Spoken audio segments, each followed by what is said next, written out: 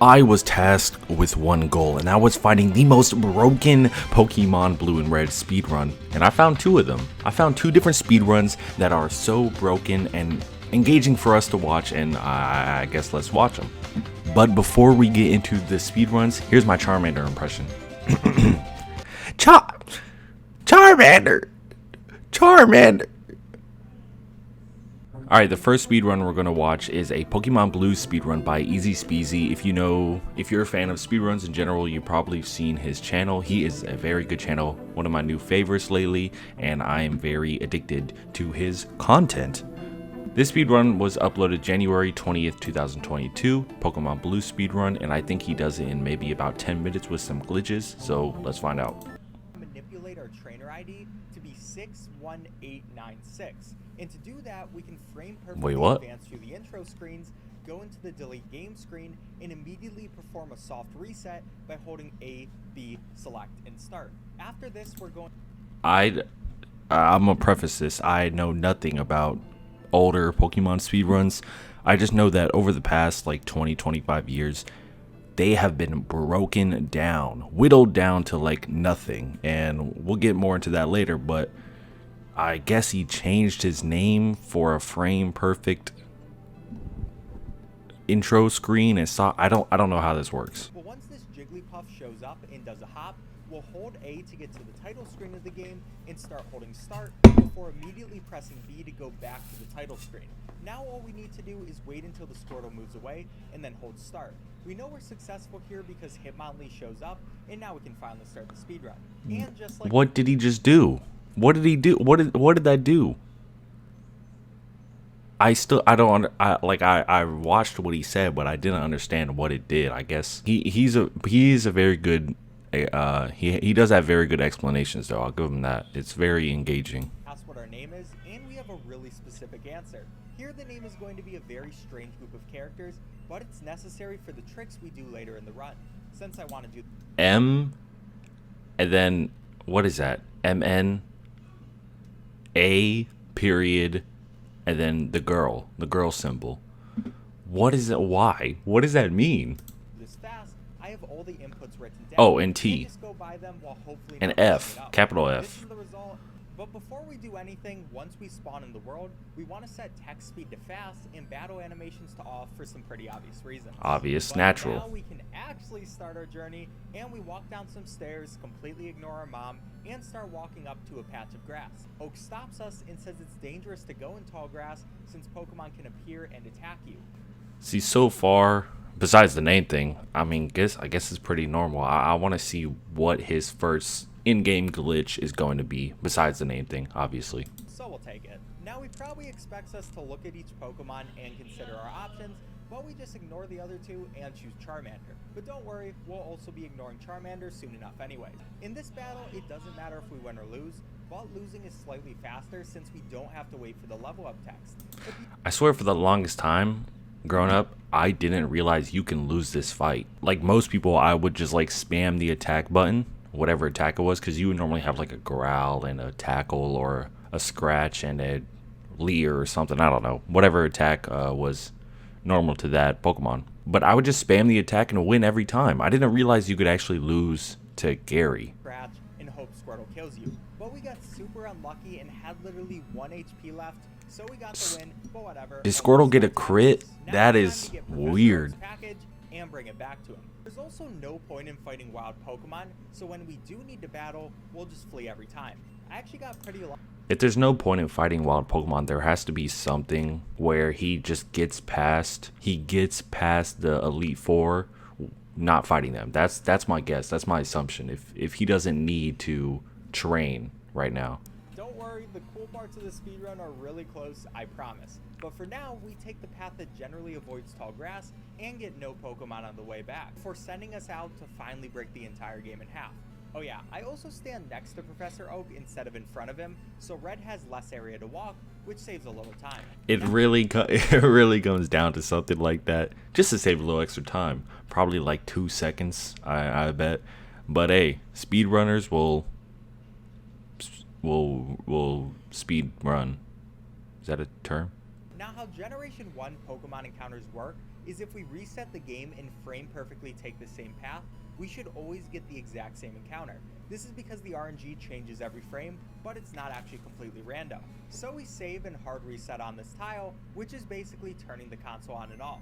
Then we do something called tapping a palette, where we tap the left button of the Game Boy screen to make it blue and slightly change our RNG. What? What? How does that exist? He's changing the RNG by inputting certain buttons before it loads again? That is wild to me. After that, we pretty much just frame perfectly make our way through all of these different title screens before we make it back to the game. Then we need to take this exact path while doing a total of 4 A presses, which stop your character for 2 frames each. This will let us get a level 5 Spearo. Now it's time for a YOLO ball. Here we tap... You're telling me that whole reset was to frame perfectly get a level 5 Spearo each and every time? A and B to advance the Spearo appeared. It does. It works. How? It's supposed to be RNG. How are you determining the RNG? I don't understand this run at all. Screen within a 4-frame window, hold A and down when we hear our Charmander's cry, and finally let go of down and press B when the Go Charmander screen disappears. If we do this perfectly, Spearo will always be caught. There's a frame perfect catch rate? I'm not exactly sure if I actually did the YOLO ball correctly, or if we just got lucky, but we caught the Spearo, so good enough for me. And deposit our Charmander into the PC before going to Nurse Joy and healing up our Spearo. This part actually isn't for healing our Pokemon though, and instead we want to set our fainting location to this Pokemon Center. And now we have a fairly long walk to make it over to Viridian Forest. So he dropped the Charmander, and I guess he's only going to use the Spearo now. Is he somehow going to get Fly? I'm not sure where this is going. And we're already 7 minutes into the run, where it's ending soon. But if we can do this whole frame perfectly, we shouldn't get any until we want to. You shouldn't get any... Bro, tell that to every kid going through this forest and getting way too many encounters and losing so much time and spending so much time in this forest. But you can frame perfectly walk through it and not get any unless you want to. This... He didn't even make it out of the forest yet, and this run is almost over. How is this working? And we perfectly set ourselves up that as soon as we're in this spot, we're going to get a Pikachu encounter before the trainer can see us. Now with the Pikachu fight, we want to manipulate the game to give us a Thunder Shock crit and kill us instantly. But I failed it. Thankfully though, it's not too much of a problem. He actually messed up. He doesn't mess up too often, I feel like, but he actually messed up. He finishes us off though, and immediately after that, the trainer we were in front of tries to fight us, but we teleport away. This is called Trainer Death Fly Glitch, and now we're back at the Pokemon Center. This is... Oh, the trainer still tries to fight you, but you die. It's called Trainer Death Fly Glitch, and now we're back at the Pokemon Center. All the way back to the forest, and immediately once we get there, the trainer from earlier attacks us. He's really upset that we left him. In this fight, all we hope for is that his Poison Sting attack doesn't poison us, which would basically ruin the entire run. But after a few pecks, we finish him off, only to have him fight us again. What? What? Wait, how is this? Where is this going? He is so upset at us that he challenges us to another Pokemon battle with the exact same Weedle. So we use the same strategy, beat him, and hear this strange noise. Now we can move our character again, but we walk like this. We want to make our way to the... How do people figure out how to break the game like this?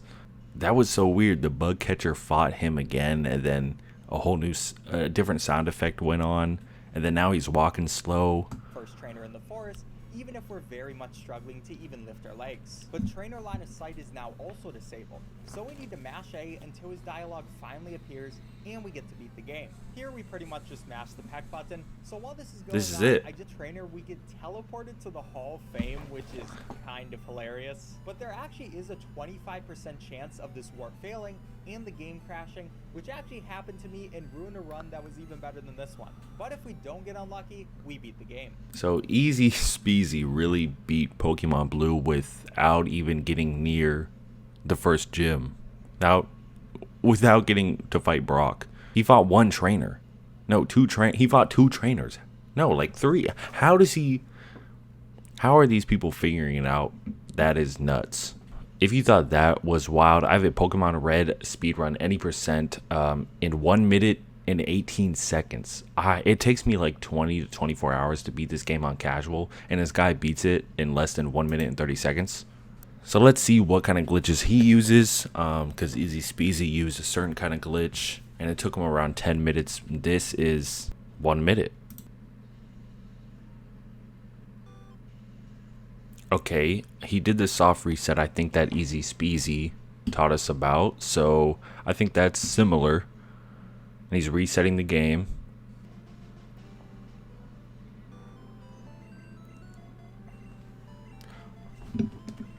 What gold teeth, how did he get all this? Master Ball, what is going on? What did I miss? Did we miss anything?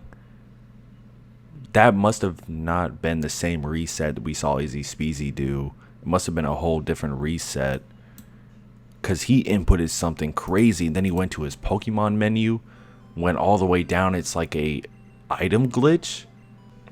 He just has a bunch of items now.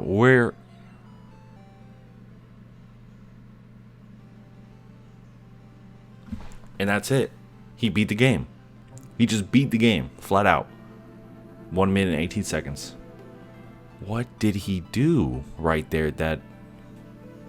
So that's a glitch I think I've heard about, but I've never seen before. A reset glitch that just lets you move to the end of the game. Good old speedrun.com, our favorite. Let's see what other speedruns there were. Any percent glitchless is 1 hour and 45 minutes. Imagine beating Pokemon Blue or Red in 1 hour and 45 minutes. Like I said, it takes me like 20 hours casually. That is weird. Hey, if you ever want to see me attempt a Pokemon Blue or Red speedrun, let me know in the comments down below, and I'll think about it. I'll consider your comment. I'll think. Like, I'll look at it. I don't know if I'll do anything with it, but I'll look at it. Nah, but I do love speedrunning content. I do love older Pokemon content. So maybe we'll do something before grind month ends. Thank you for grind month day 11, I think. If you got any more content ideas, let me know. I'm not running dry, but I think we're on a good run so far. So hey, like, subscribe, and see you tomorrow. Peace.